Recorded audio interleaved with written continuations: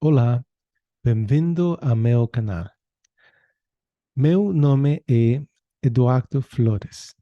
Eu vou falar sobre a redação do Novo Testamento, seus manuscritos gregos, edições e traduções gregas. Então, vamos começar. Espero que entenderão meu português mal falado. Peço desculpas antecipadamente. Novo abordagem. Se o problema da redação real do Novo Testamento é a variação textual, então parte da solução é procurar uniformidade textual nos manuscritos.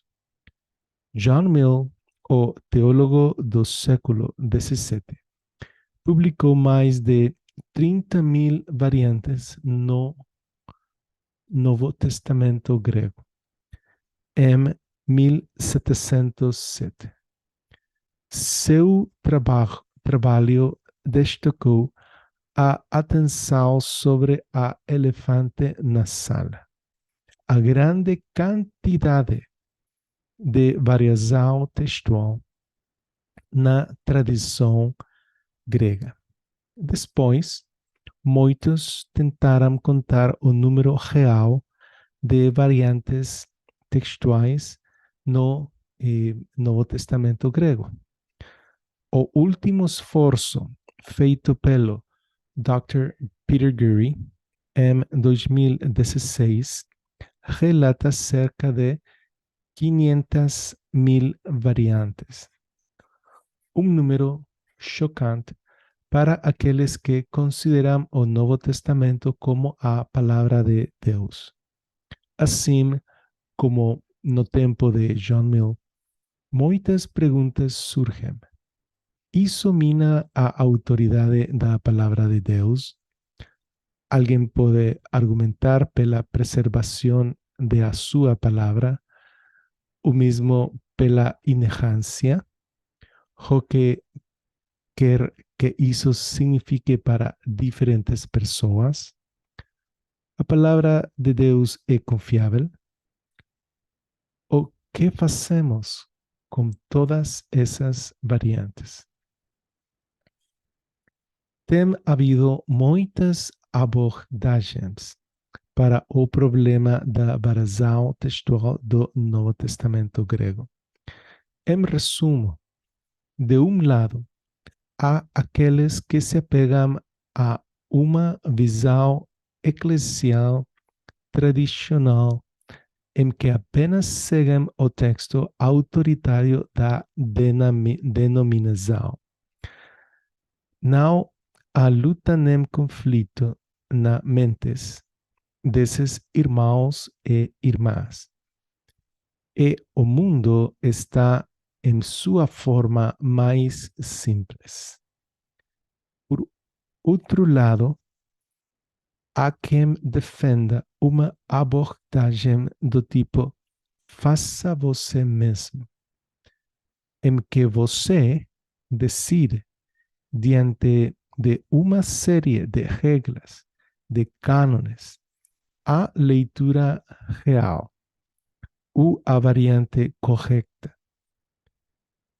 principalmente aquela que deu origem a outras variantes. Como essa metodologia é muito subjetiva, é quase como se qualquer ou todos pudessem escolher com seu próprio juízo o que o texto deveria dizer. É isso? Podemos ignorar a enorme quantidade de informação que disponemos atualmente? Podemos decidir por nós mesmos o que a palavra de Deus deve dizer e ainda exigir que ela tenha autoridade sobre nossa vida? Existe alguma outra maneira pela qual levamos em contar os dados e usamos uma maneira não subjetiva de identificar a redação real da palavra de Deus? Que regras devemos seguir? Como há muitas outras coisas que podemos dizer sobre a primeira e a segunda abordagem do problema. E como achamos que muitos dos espectadores já tiveram alguma interação com eles. E já que há muitas outras fontes que explicam e defendem essas duas abordagens principais da variação textual. Neste vídeo, gostaria de apresentá-lo da maneira mais básica, elementar, para uma nova e muito ignorada maneira de lidar com a variação textual do Novo Testamento grego. Mas há uma história nisso. Tudo começou nas décadas de 1960 a 70, quando a massa de manuscritos bizantinos, muito desconsiderados pela academia, começou a ser o foco de alguns estudiosos como Hodges e Forster, Robinson e Pierpont. Esses dois pares de pesquisadores da Bíblia publicaram seus próprios Novos Testamentos gregos, baseados em manuscritos bizantinos e variantes, cada com uma abordagem ligeiramente diferente. Isso resultou em uma nova onda de pensadores e estudiosos que se posicionaram contra o eclecticismo racional predominante e buscaram novas maneiras de entender o problema variante. O Dr. Wilbur Pickering e Leslie McFall são dois deles. E eu estarei explicando e expondo suas contribuições para essa empreitada, que deve ser do melhor interesse das igrejas. Como Paulo disse, a gloriosa igreja, na qual o Espírito de Deus habita.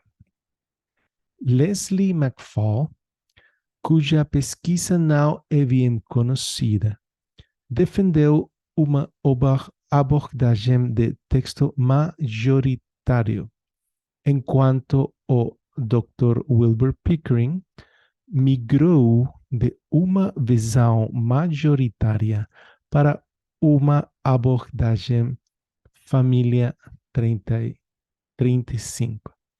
Esta última abordagem é a que vou focar neste canal.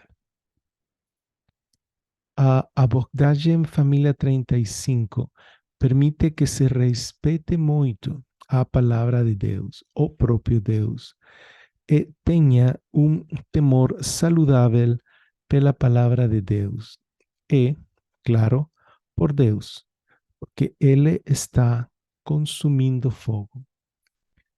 E, ao mesmo tempo, pode ver todos os dados que temos até hoje sobre os manuscritos e suas características. A abordagem básica é primeiro agrupar manuscritos de maneira completa. Colar manuscritos de maneira completa. Depois destas informações são usadas para agrupar manuscritos de forma empírica em famílias ou clusters, com base em variantes exclusivamente compartilhadas. Essas variantes exclusivamente compartilhadas compõem um mosaico de leituras compartilhadas que compõem o perfil da família. Esse perfil pode ser usado posteriormente para identificar mais manuscritos pertencentes a uma família específica. Então, primeiro é colar e agrupar. Em segundo lugar, tais grupos ou famílias ou clusters são avaliados como em base em sua própria consistência interna. Em suma, qual coerente é o texto, qual semelhante é o texto dos manuscritos de um determinado grupo entre si, e em seguida derivam um texto comum. Esse texto comum é chamado de arquetipo. Alguns grupos são tão diferentes que nenhum arquetipo seguro pode ser derivado empiricamente. Por exemplo, os manuscritos alexandrinos. E, em terceiro lugar, analisam-se as relações textuais entre os. Isso pode nos dar, entre outras informações, uma genealogia de leituras, não manuscritos. Além disso, as interrelações podem nos dar pistas sobre qual texto veio primeiro, ou seja, qual texto, o arquetipo, é mais antigo. Qual é o texto que foi alterado ou editado para compor novos grupos? 2. Quais textos dependem de outros textos e quais são independentes dos demais? E, finalmente, isso nos permite identificar o melhor candidato para a redação original. Em toda essa empreitada, não estamos assumindo a responsabilidade de escolher, ou por lo menos mudar, a palavra de Deus.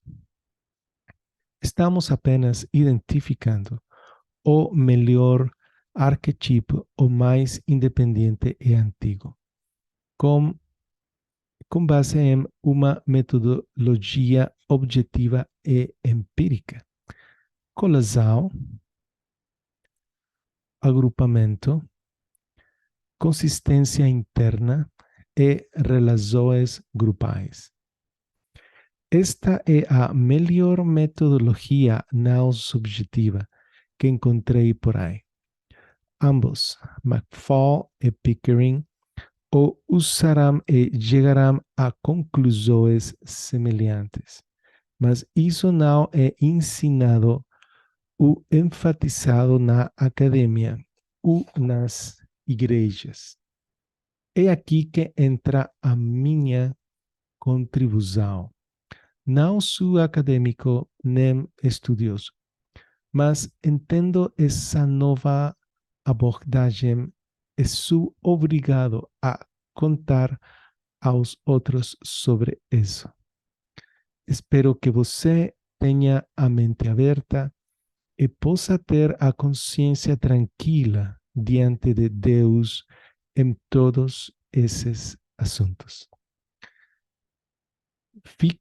Fique ligado para mais vídeos e que Deus te abençoe. Lembre-se de darnos like, comentar, compartilhar e subscrever. Uma vez mais, espero que entendam mi português mal falado. Peço desculpas. Tenha um ótimo dia e que Deus te abençoe em nosso Senhor Jesus Cristo.